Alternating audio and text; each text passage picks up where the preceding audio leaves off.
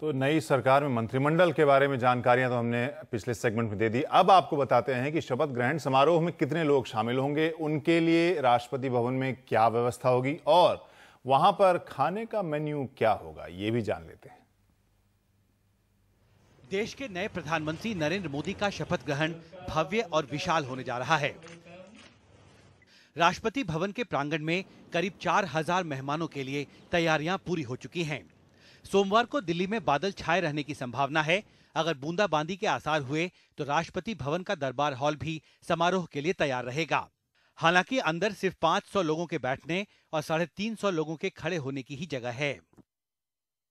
शपथ लेने वाले हर मंत्री को 4-4 मेहमान लाने की इजाजत होगी।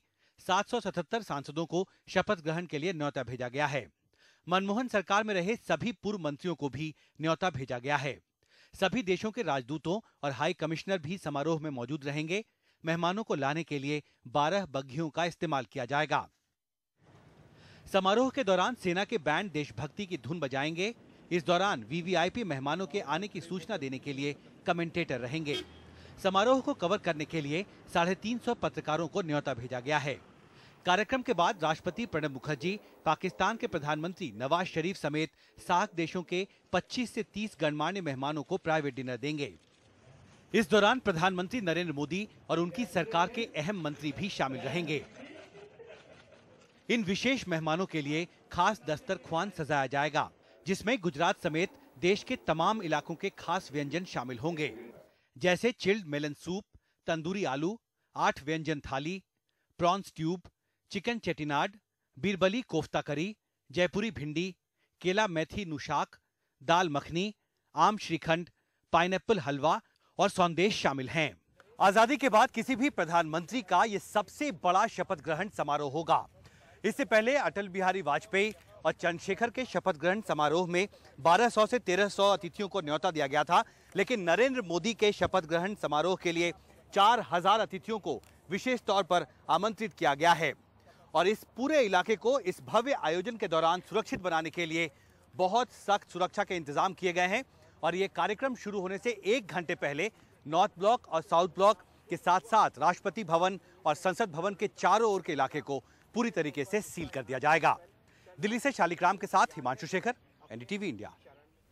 और हमारे से हिमांशु शेखर जुड़ रहे हैं हमारे साथ। हिमांशु, आपने खाने का मेन्यू तो बता दिया, वहां पर गुजराती खाने के बारे में जिक्र कर रहे थे नरेंद्र मोदी, उसके बारे में क्या जानकारी आप दे सकते हैं और इसके अलावा क्या खास ऐसी चीज होगी जो हम इस कहानी में नहीं जान पाए इस होने वाले समारोह के बारे में? देखिए, एक प्लान भी तैयार किया है राष्ट्रपति भवन ने, एक इमरजेंसी प्लान तैयार किया है। हमें यह बताया गया है कि मौसम विभाग की तरफ से ये अलर्ट जारी किया गया है कि कल वेदर क्लाउडी होगा दिल्ली में और संभव है कि बारिश हो, थंडरस्टॉर्म्स हो सकते हैं, ऐसा पूर्वानुमान है मौसम विभाग का।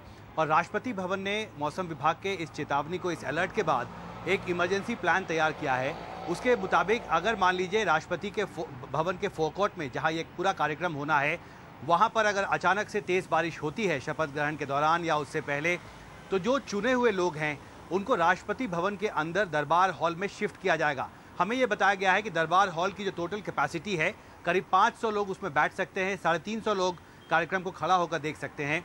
तो चुने हुए 4000 लोगों को जो न्योता भेजा गया है, उसमें से 850 लोगों को वहां पर एकोमोडेट किया जा सकता है दरबार हॉल में। और इसकी तैयारी कर ली गई है पूरी तरीके से। हमें आज राष्ट्रपति भवन के एक वरिष्ठ अधिकारी ने यहाँ तक कहा कि हर बार जब भी कोई बड़ा कार्यक्रम होता है तो हम इस तरह का इमरजेंसी प्लान तैयार करते हैं और इस बार भी जो अभी तक इतना बड़ा कार्यक्रम राष्ट्रपति भवन में आज़ादी के बाद आज तक आयोजित नहीं किया गया और एक बहुत बड़ा सिक्योरिटी चैलेंज है, एक एडमिनिस्ट्रेशन पॉइंट ऑफ व्यू से भी एक बहुत बड़ा चैलेंजिंग असाइनमेंट हमें मिला है। और हम पहली बार, हमारे लिए एक नया अनुभव भी है इतने बड़े स्तर पर लोगों को यहाँ पर लाकर उनका सम्मान करने का, उनको होस्ट करने का।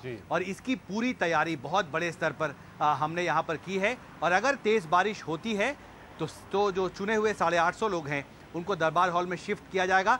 बाकी लोग, करीब 3000 लोग, वो इस कार्यक्रम को नहीं देख पाएंगे अगर तेज़ बारिश होती है तो। शुक्रिया हिमांशु। तो आपने बताया कि न सिर्फ सुरक्षा के इंतजाम की एक चिंता है, इसके अलावा मौसम के बारे में भी जो पूर्वानुमान निकल कर आ रहा है उसके लिए भी तैयारी की जा रही है कल के समारोह के लिए। शुक्रिया, हिमांशु शेखर दे रहे थे जानकारी।